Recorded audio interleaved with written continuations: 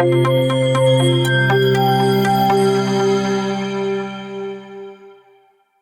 trying to clean a narrow bottle using a brush, and suddenly the tip of the brush breaks inside the bottle.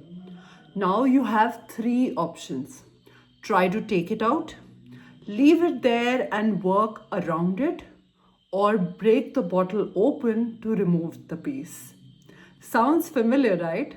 That is exactly what happens in instrument separation. Hi everyone, I'm Dr. Muskan Bhatia-Grover and I'm here with Dentistry 101 Endodontics by Medi Study Go. Today we're going to talk about the management techniques in instrument separation, and we're going to do so by using a simplified mind map from our Endodontics mind map book, which is available on Dentalcart, Flipkart, Amazon, and our own Medi Study Go website as well. And you can avail a flat 20% off on all our mind map bundles by using my code Dr. Muskan. In our previous videos, we've spoken and understood what instrument separation is, what are its causes, how can we prevent it, and what's the prognosis if it happens. Now comes the most practical part of this. What do you actually do when it happens? So whenever an instrument separates, which means whenever an instrument breaks inside the canal, think of that broken brush inside the bottle. You have three options. Either you retrieve it, that is, you get it out of the canal, or you bypass it, you work around the broken piece, or you break open the bottle, you go in for surgery to remove the broken piece. Now let's talk about our first option, that is, you try to remove the broken piece first. In endodontics, this is non-surgical retrieval here. So we can use ultrasonics, we can use retrieval kits, we can use a wire loop and tube technique. Now retrieval kits are basically special tools designed to grab that broken piece out of the canal, and these include Masserann kit, Endo extractor, the IRS system, we have the Mounce extractor, SIR system, and many others. Now we will be talking in detail about instrument retrieval in our subsequent video, in the next part of this video. But for now, think practically. If the bottle is narrow and the piece is deep inside, can you grab it easily and pull it out? No, right? You need visibility, you need space, you need access. That's why retrieval works best in coronal third and middle third.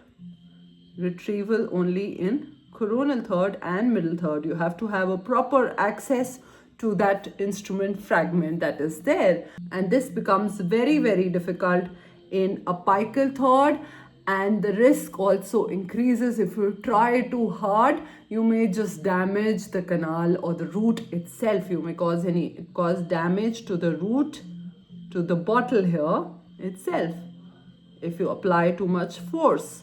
So in such cases, retrieval is not our first option. Now let's talk of the second situation. We have our broken brush piece, which is stuck inside the canal, which is stuck inside our bottle, but you don't actually remove it. Instead, you find a way to work around it. You slide another thin tool along the broken piece, along the side of the broken piece. You carefully pass it beyond the broken piece and continue cleaning the remainder of the bottle. This is called bypassing. So what are we doing here? We are using our small instruments. We are using size 6, 8, 10 K-Files, and we pre-curve them, and very gently you try to negotiate around the fragment. Like you can see here, you don't force it, you just slide past the instrument fragment. Now, if you feel any resistance at any point, you must stop, because force is likely to push the fragment deeper. Thus, you have to apply no force. You don't have to force your file into the canal. You also continue to irrigate well because this helps remove any debris and makes the path smoother for our negotiating files. And the moment the file goes beyond the instrument fragment, that's the point where you've achieved success. And now what do? You enlarge the remainder of the canal carefully. The remainder, that is the one beyond the instrument fragment, you need to enlarge this prop carefully. You need to disinfect it carefully using gentle motions in this area so as to not disturb the fragment. You leave the fragment as it is, you are only bypassing it. And then you incorporate that fragment as a part of your final obturation. So remember, we are not trying to remove the fragment. We are not trying to fight the fragment here. We are just trying to work around it. Now, the next scenario is that nothing of this works. You are not able to remove the file fragment. You are not able to work around it. You are basically not able to remove the fragment of the brush inside the bottle. You are not able to work around it. So what do? You break open the bottle. This is our surgical approach. We can use episectomy, hemisection, apicoectomy, also called episectomy, or hemisection, or root resection. So what are we doing here? In episectomy, we remove a part of the root or only the apex of the root. In hemisection, you are removing a part of the entire tooth, crown plus root. And in root resection, you are removing one of the roots. Now all this removal along with the broken fragment. So you are removing either the apex of the root along with the fractured instrument fragment, or a part of the tooth, or one of the roots along with the fractured instrument fragment. Now we've understood the three options available in front of us. That is, you have the non-surgical approaches, instrument retrieval or bypassing the instrument, and the surgical approach that we have. So these are our three options. But how do we decide which one is the best course of action for our particular case? Now this is how we can do it. This is the flow chart that you can use to answer. So the first question that you ask yourself when you come across such a situation is that, can you work around that broken piece? Can you slide another thin brush or tool along the broken piece of that brush? Can you pass it beyond the broken piece and continue cleaning the remainder of the bottle? If the answer is yes, you don't disturb the broken piece at all. You simply work around it, you clean the bottle, and you complete your task. If bypass is possible, you continue cleaning and obturate. You do not retrieve it aggressively. You do not attempt any aggressive retrieval of the broken instrument. So this is our yes for the bypassing. If no, you are not able to go around it and you just can't enter through and clean the remainder of the canal, you move on to the next question. So our next question is, where is the fragment located? Where is this broken piece located? So now you will have two options. Either it will be in the apical third or in the middle or coronal third. Let's talk about when the fragment is in the apical third. Now your broken brush piece is stuck at the very bottom of the bottle. The bottle is deep, it is narrow, and the broken piece is almost unreachable. If you try to remove it, you may end up damaging the bottle itself, or you may end up damaging the root or the tooth. So in the apical third, removal is usually not practical. There's a high risk of damage, high risk of perforation and dentin loss. So here you stop, you reevaluate, and you think carefully. Now what are we going to think? We'll do the risk versus benefit analysis, which we will just come back to in a bit.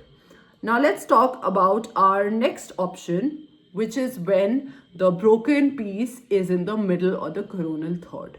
The broken piece is closer to the top, you can see it, you can access it easily, so removal becomes possible here. You can consider attempting removal in the middle or the coronal third. But you need to still do your risk versus benefit analysis, which we were doing in case retrieval was not possible also. So now let's talk about this. Just because you can remove it doesn't mean you should. You should ask yourself, will I be able to fix the problem or will I break the bottle in the process? So there are a few factors that you must keep in mind. How long is the root? What is the root curvature like? How thick is the dentin there? What is how big is the fragment? That is the length of the fragment. What technique am I going to use for the removal? Are there any presence or absence of periapical radiolucency? What does that indicate? That indicates the bone loss that is present periapically. At what stage did the fracture happen? Stage of canal preparation. Is there still a lot of infection remaining or is it already disinfected? In that case, you don't need to remove the file.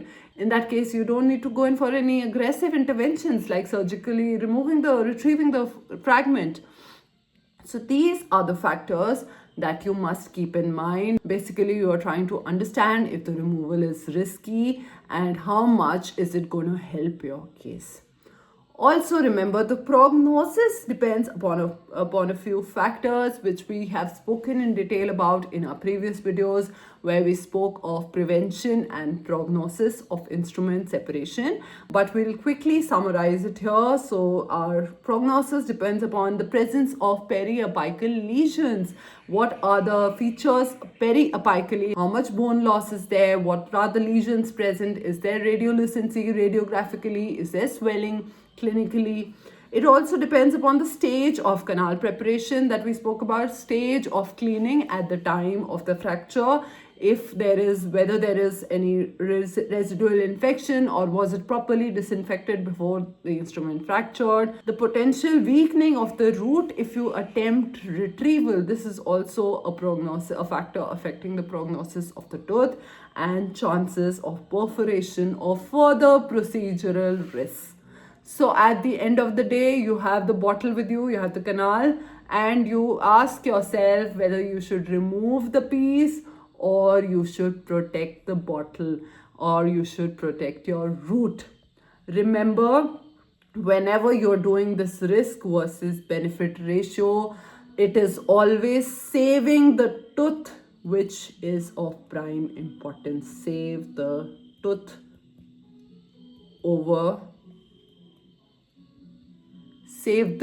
which is more important than retrieving the instrument fragment.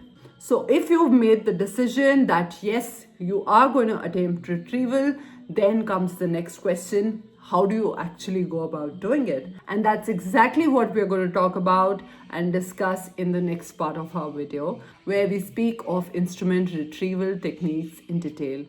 You can access them all of these videos on instrument separation, on procedural errors, all of them in Endodontics under our Endodontics playlist on our Medi Study Go YouTube channel.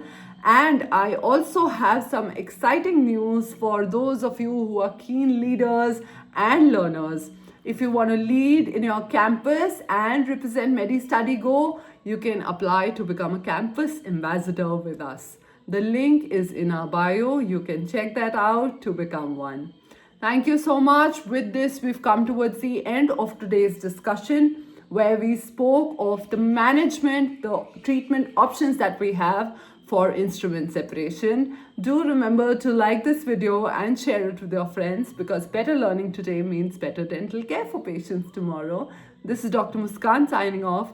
I'll see you all in the next part of this video, where we speak of instrument retrieval techniques in detail.